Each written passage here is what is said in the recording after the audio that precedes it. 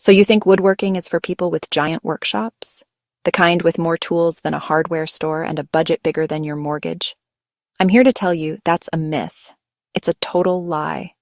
You've probably seen those fancy videos online with massive machines and thought, I could never do that.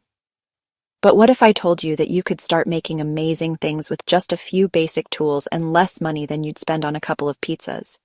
Woodworking isn't about having the most expensive gear. It's about being creative and having fun. It's about turning a simple piece of wood into something you can actually use. You don't need a sprawling, dedicated space to get started. Your garage, your back porch, or even a small corner of your apartment can be your first workshop. The fear that you need to invest thousands of dollars is what stops most people before they even begin. We're going to smash that fear today. A simple handsaw, some sandpaper, a bit of wood glue, and maybe a drill is more than enough to get you going. Let's dive right in with our first project, a minimalist phone stand. Think about it. You probably have your phone lying flat on your desk right now. This super simple project fixes that, and it looks incredibly cool. All you need is a small piece of scrap wood, maybe a 1x4 pine board that's about 6 inches long. That's it. You'll just need a handsaw to cut a couple of angled slots into the wood. One cut creates the base, another creates the groove where your phone will sit. Once you've made your cuts, sand everything down until it's nice and smooth. A little bit of oil or a clear finish will make the grain pop and give it a professional look. People will see it on your desk and ask where you bought it. And you get to have that amazing moment where you puff out your chest and say, I made it myself. This project takes maybe 30 minutes, and it's a huge confidence booster. It's useful, it's stylish, and it costs next to nothing. Next up, let's build something with a bit of life in it. A small herb planter box. For this, you'll need a single 1x4 pine board, about 4 feet long.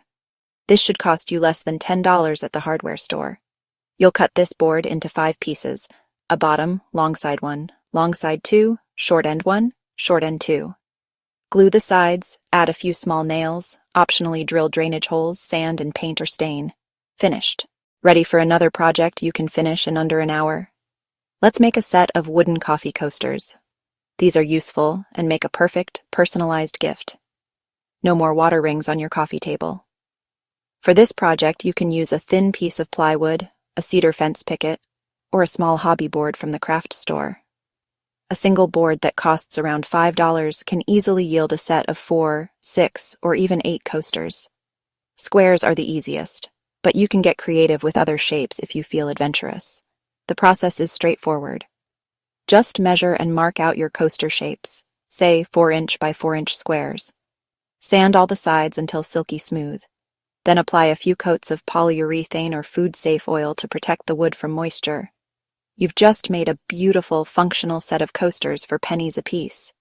Now, for a project that blends wood and a little bit of magic, a magnetic key holder.